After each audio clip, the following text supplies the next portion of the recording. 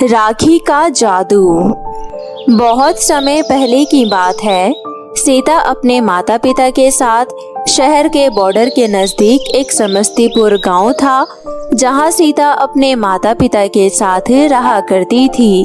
सीता के माता पिता बहुत गरीब थे, लेकिन वो सीता को पढ़ा लिखा कर आगे बढ़ाना चाहते थे और वो सरकार की दी हुई सारी फैसिलिटी के द्वारा अपनी बेटी को एक सरकारी स्कूल में पढ़ाते हैं, जिसके चलते सीता रोज स्कूल जाया करती और स्कूल से वापस घर आया करती और घर आकर अपने घर के काम संभाला करती। फिर रात को अपने स्कूल का काम करती और फिर सो जाया करती। सीता अपने माता पिता की इकलौती बेटी थी, जिसका अपना कोई सगा भाई बहन नहीं होता, जिसके कारण वो बहुत अकेला महसूस किया करती। सीता अपने भाई बहनों के बारे में सोचा करती। काश मेरे भी अपने सगे भाई बहन होते, तो आज मैं किसी की भी परवाह ना करते हुए इस त्योहार को अपने घर में बहुत धूमधाम से मनाती। फिर ये गरीबी भी हमारा कुछ नहीं बिगाड़ पाती। एक भाई होता तो वो मेरे पापा का काम में हाथ बटाता और बहन होती तो वो मेरे साथ खेलती और हम दोनों मिलकर मम्मी के काम में हाथ बटाते। सीता ये सब बड़बड़ा रही थी कि तभी उसकी माँ आती है और उसको अंदर ले जाती है।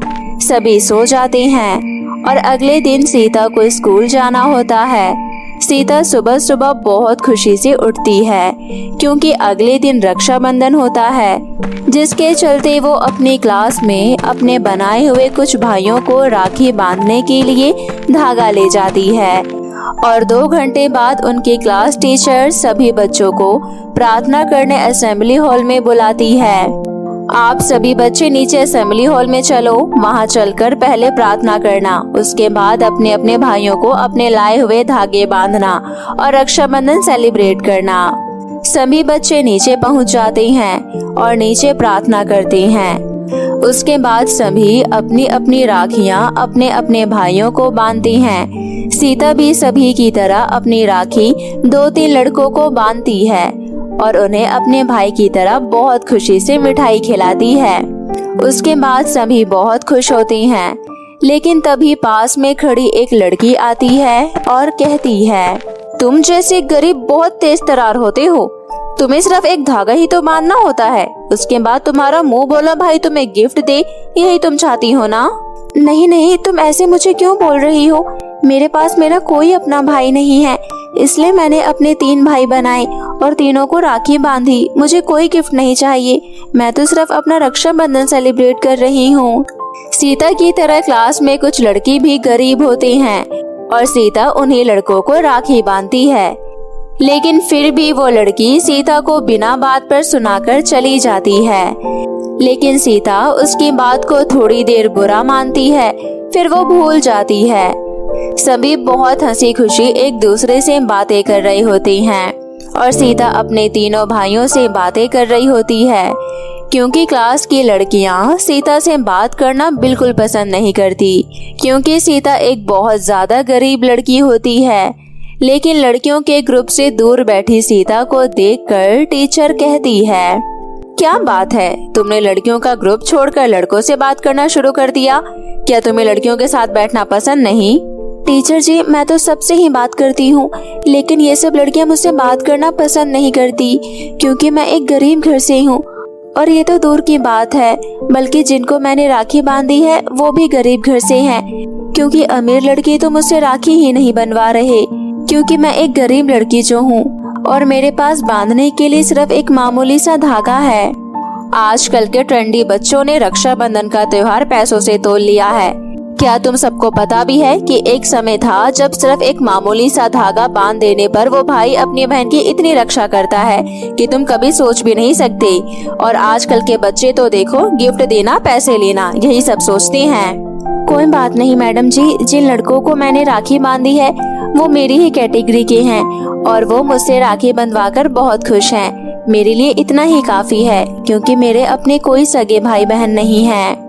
थोड़ी देर बाद छुट्टी हो जाती है और सभी अपने अपने घर चले जाते हैं और घर जाकर सभी अपने माता पिता को अपने लाए हुए गिफ्ट दिखाते हैं और बहुत सारी बातें बताते हैं। बाकी बच्चों की तरह सीता भी अपने माता पिता को सब कुछ बताती है, क्योंकि सीता गरीब होने की वजह से कभी भी गिफ्ट नहीं पा सकती थी। लेकिन रक्षाबंधन के त्योहार पर उसे एक गिफ्ट मिले थे और वो बहुत खुश थी। तभी उसकी माँ कहती है, मैंने तुझे कई बार समझाया था ना कि तू अगर मेरी इकलौती संतान है तो तुझे परेशान होने की जरूरत नहीं है, क्योंकि मुंह बोले भाई भी सगे भाई से बढ़कर होते हैं। और देख ले, अब तुझे एक नहीं, दो नहीं, बल्कि 3-3 भाई मिल गए। हाँ माँ, मैं भी सोच रही हूँ कि कल रक्षाबंधन है तो मैं अपने गाँव के कुछ लड़कों को अपना भाई बना लूँ। हाँ बना ले बिटिया, तेरी जैसी बहन कहाँ होती है। अब शाम हो जाती है और अगले दिन रक्षाबंधन होता है। सीता हमेशा की तरह अपने हाथ में कुछ धागे लेती है और गांव में अपने पड़ोसियों के चाचा चाची के बच्चों को राखी बांधने जाती है। मैं तुझसे राखी नहीं बंधवाऊंगा, क्योंकि मैंने स्कूल में 2 बहनें बना ली है और मैं बस 2 ही बहनों की रक्षा कर पाऊंगा। तेरी रक्षा अब कोई और ही उठा सकता है। मैंने स्कूल में 2 बहनों से राखी बंधवाई है और दोनों ने मुझे स्वीट से चॉकलेट खिलाई है। तुझसे राखी बंधवा कर मुझे क्या मिलेगा। रक्षाबंधन भाई बहन का त्योहार होता है, इसमें तो भाई अपनी बहनों को कुछ ना कुछ देते हैं और अगर तू दे सके तो दे, वरना मैं तुझसे कोई जिद नहीं करती हूँ। मुझे सिर्फ भाई की जरूरत है, ना कि तेरे दिए हुए गिफ्ट और पैसों की। नहीं नहीं, मैं तो चॉकलेट खिलाने वाली बहन को ही गिफ्ट दूंगा और उसी से राखी बंधवाऊंगा। वो दोनों लड़के ही सीता से राखी बंधवाने से मना कर देते हैं और सीता उनकी बातें सुनकर बहुत उदास हो जाती है और वो परेशान होकर नदी के किनारे पहुंच जाती है। कोई भी मेरा भाई नहीं बनना चाहता। मेरी किस्मत कैसी है, ऐसी किस्मत से तो मेरा कभी भी पाला नहीं पड़ना चाहिए था। फिर पता नहीं मैंने कौन से बुरे कर्म करे थे जो मेरी किस्मत इतनी बुरी लिखी गई। काश मैं भी एक भाई की बहन होती तो मैं अपना रक्षाबंधन, भाई दूज ये सब उसके साथ मनाती। सीता ये सब कुछ सोच रही होती है कि तभी नदी में से जल देवता प्रकट होते हैं और कहते हैं, चिंता मत कर बेटा, तेरी हर परेशानी, तेरी हर चिंता को मैं समझ चुका हूँ। जिस तरीके से तू दुख में इधर उधर भटक रही है और तू अपने भाई की चेष्टा कर रही है, मैं तुझे भाई तो नहीं दे सकता, लेकिन मैं तेरा भाई बन सकता हूँ। ये ले, तू मुझे राखी बांध दे। सीता बहुत खुश हो जाती है और तुरंत अपने हाथ में रखा हुआ धागा उठाती है और फटाक से जल देवता के हाथ में बांध देती है, जिसके बाद जल देवता और सीता बहुत खुश होती हैं और जल देवता कहते हैं, बहुत प्रसन्न हुआ कि आज मैंने तुम्हें अपनी बहन बना लिया है और आज से मैं तुम्हारा भाई हूँ। और ये लो, मैं तुम्हें गिफ्ट में तुम्हारी मनपसंद एक सुंदर सी ड्रेस देता हूँ। अरे वाह, ये ड्रेस तो बहुत सुंदर है। अब मैं इस ड्रेस को पहनकर आगे आने वाले भाई दूज पर आपको इसी ड्रेस में गुलाब जामुन खिलाऊंगी। मुझे लग रहा है कि तुम बहुत खुश हो मेरे दिए हुए गिफ्ट से, लेकिन ये कोई मामूली गिफ्ट नहीं है। ये एक जादुई ड्रेस है। इस ड्रेस से तुम दुनिया की कोई भी चीज मांग सकती हो और ये ड्रेस तुम्हारी हर इच्छा को पूरी करेगा।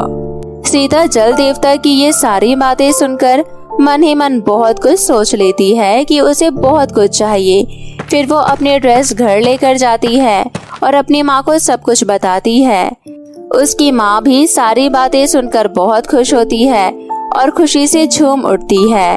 उसके बाद सीता अपने कमरे में जाकर उससे कहती है, हे जादुई ड्रेस, मुझे मेरे लिए एक सुंदर और बड़ा घर दे दो, क्योंकि हमारी गरीबी की वजह से लोग हमें बहुत ज्यादा चिढ़ाते हैं और मेरे माता पिता की भी अब आराम करने की उम्र हो गई है।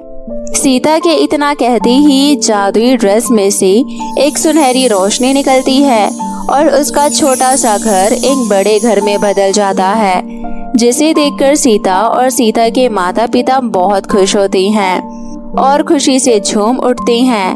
अब सीता के पास कोई कमी नहीं होती। अब सीता को जो भी चाहिए होता, सीता उस जादुई ड्रेस से कहकर मांग लेती और फिर अपनी जिंदगी के मजे उठाती, क्योंकि अब सीता के पास किसी चीज की कोई कमी नहीं थी।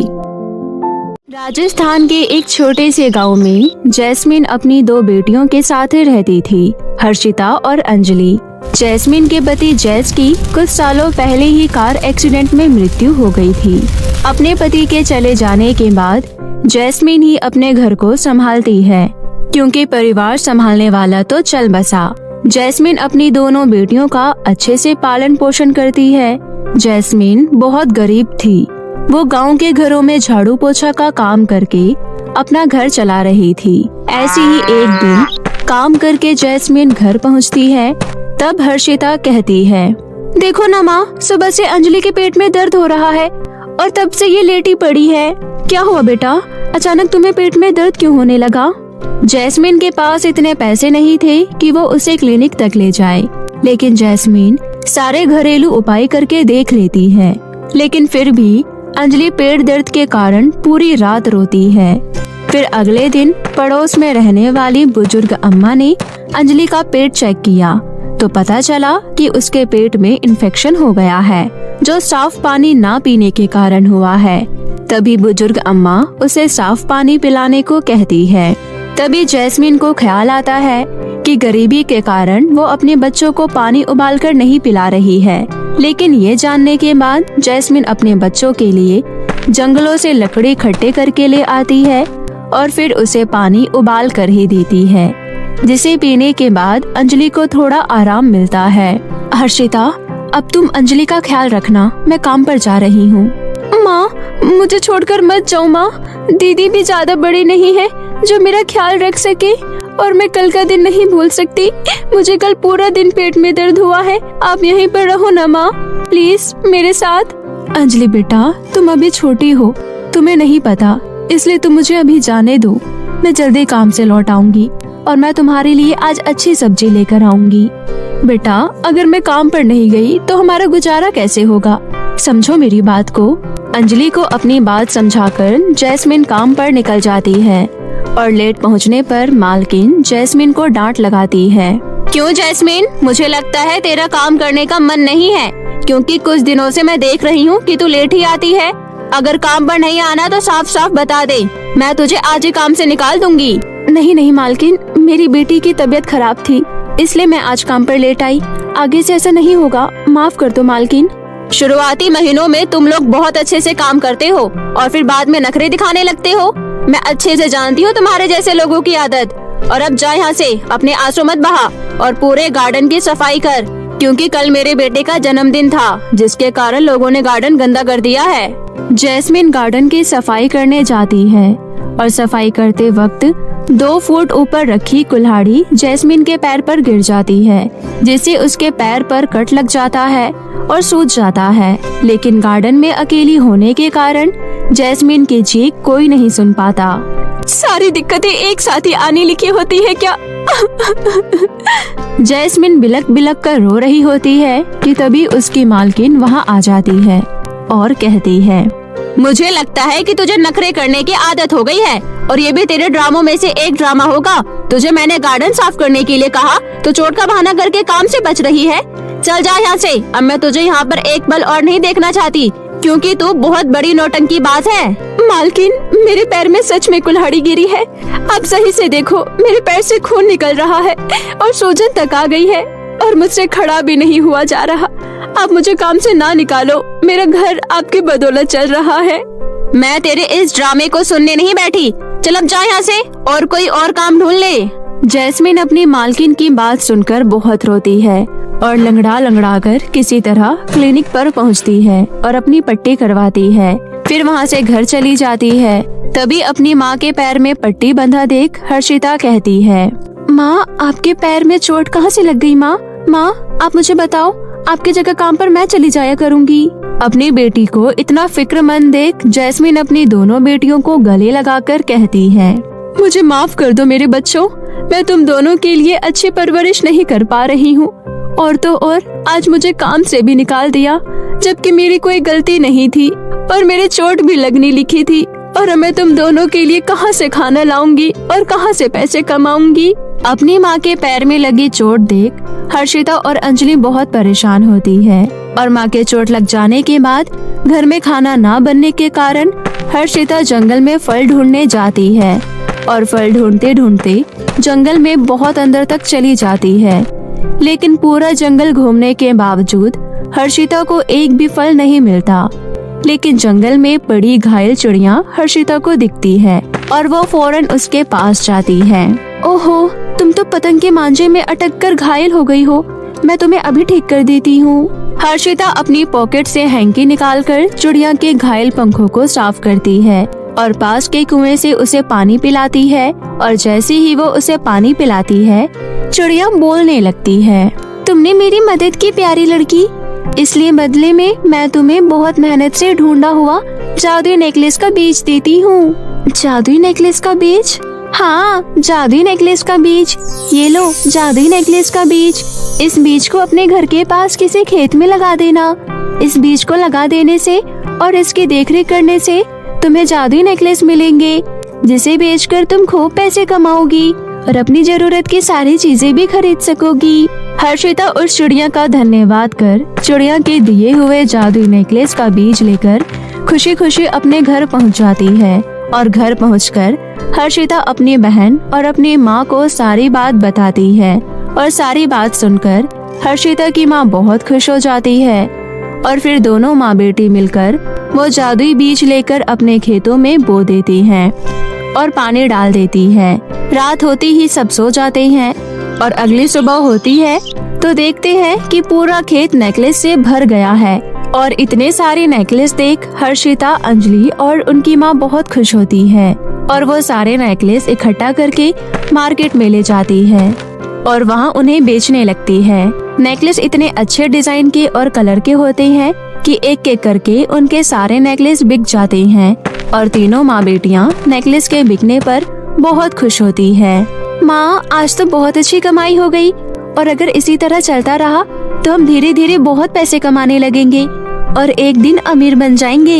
इतने सारे पैसे मैंने आज पहली बार देखे हैं। तुम बिल्कुल ठीक कह रही हो हर्षिता, हमने इतनी गरीबी देखी और उसमें अपना जीवन गुजारा, लेकिन भगवान की दया से आज हमारी सारी परेशानियां दूर हो गई। मार्केट में अच्छी बिक्री होने के बाद हर्षिता और उसकी माँ जैस्मिन दोनों मिलकर अपने घर का राशन पानी ले आते हैं और जरूरत की सारी चीजें, साबुन, शैम्पू, कपड़े, जूते, चप्पल आदि भी मार्केट से ले आते हैं। और इस तरह वो धीरे धीरे मेहनत करके कमाने लगते हैं और उनकी सभी परेशानियां भी अब खत्म हो जाती है। तीनों माँ बेटियां मिलकर रोज मार्केट जाया करती और अपने नेकलेस बेचा करती और हमेशा की तरह नेकलेस बाजार के उठने से पहले खत्म हो जाया करते। और उनकी इस तरक्की को देखकर पड़ोस में रहने वाली शीला काकी उनसे जलने लगती है और मन में सोचती है, आखिर ये गरीब और जाहिल लोग अचानक अपनी जिंदगी आराम से कैसे जीने लगे। वो दिन कहाँ गए जब जैस्मिन भागी भागी काम पर जाती थी और अचानक इनके पास इतने सारे नेकलेस आते कहाँ से हैं? मुझे इस बात की जड़ तक जाना पड़ेगा ताकि मैं भी एक दिन इनकी तरह नेकलेस बेचने लगूं और चैन और आराम की जिंदगी जी सकूं। इतना सोचकर शीला जैस्मिन के घर के पीछे छुप जाती है और उनके आने का इंतजार करती है। और जैसे ही तीनों माँ बेटियां मार्केट से आती है तो उन्हें बात करता वो सुनती है। वाह बेटा, आज हम इस मुकाम पर आ गए हैं कि हमें किसी भी चीज की कोई कमी नहीं रह गई है और अब हम अपनी जिंदगी भी आराम से जी पा रहे हैं। सब कुछ तेरे उन जादुई नेकलेस के बीजों का कमाल है। हाँ माँ, अगर वो जादुई नेकलेस के बीज मुझे ना मिलते तो आज हम वही गरीब जिंदगी जी रहे होते ना। खिड़की पर खड़ी शीला काकी जैस्मिन और हर्षिता की सारी बात सुन लेती है और अगले दिन उन्हें अपने घर की छत पर जाकर देखती है तो देखती है कि जैस्मिन ने जादुई नेकलेस के बीज अपने पास के खेतों में लगा रखे हैं, जहाँ से वो नेकलेस तोड़कर बाजार में ले जाती है और पैसे कमाती है। अच्छा, तो ये बात है, ये सब अमीरी जादुई नेकलेस की खेती से आ रही है, तो क्यों ना मैं उनके खेत को ही बर्बाद कर दूं? ना रहेगा खेत, ना रहेगी अमीरी। शीला अपनी जलन में एक दिन अपनी छत से आग का गोला बनाकर उनके खेत में फेंक देती है। अब देखती हूँ कैसे बचेगा उनका खेत और कैसे होगी इनकी खेती। इतना कहकर शीला अपनी छत से छुपकर देखने लगती है कि तभी आग का गोला वापस से उसके ही छत पर आकर गिरता है। अरे, ये गोला मेरी छत पर कैसे आ गया?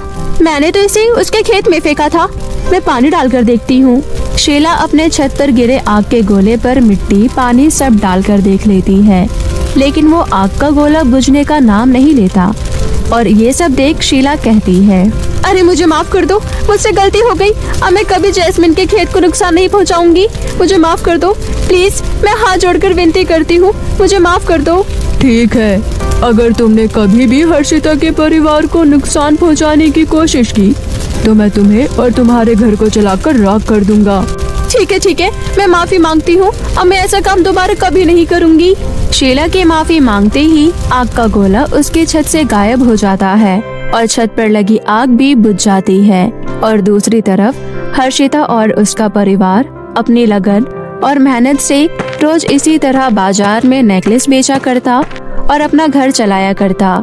और इस तरह तीनों माँ बेटियां अपनी जिंदगी में खुश हो जाती है और उनके पास अब जादुई नेकलेस के बीजों के कारण अब एक बड़ा घर और उसमें जरूरत की सारी चीजें उन्हें प्राप्त हो जाती है। तो मेरे प्यारे दोस्तों, कैसी लगी आपको मेरी ये कहानी, मुझे कमेंट करके जरूर बताएं।